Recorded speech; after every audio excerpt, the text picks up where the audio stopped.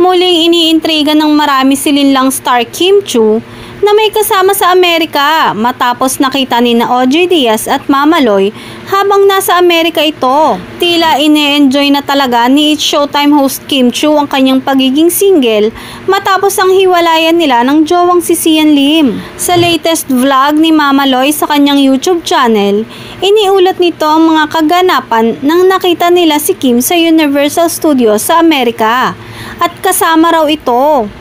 Sa kabila ng mga ibinabalita, sad news sa love life ni Kim Chiu ay nagkatawanan na lang sila at nagyakapan sila ni Kim.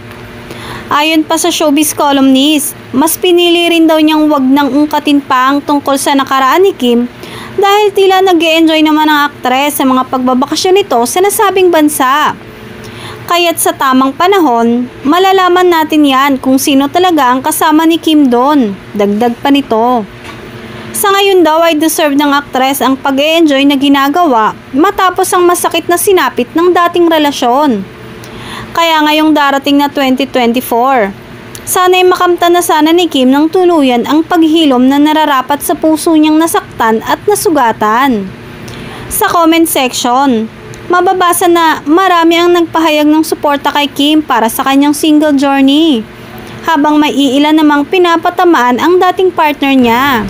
Umaasa naman ang iba na sa mga susunod na araw ay mabubunyag na kung sinong maswerteng lalaki umano ang muling nagpapatibok sa puso ng kanilang idolo.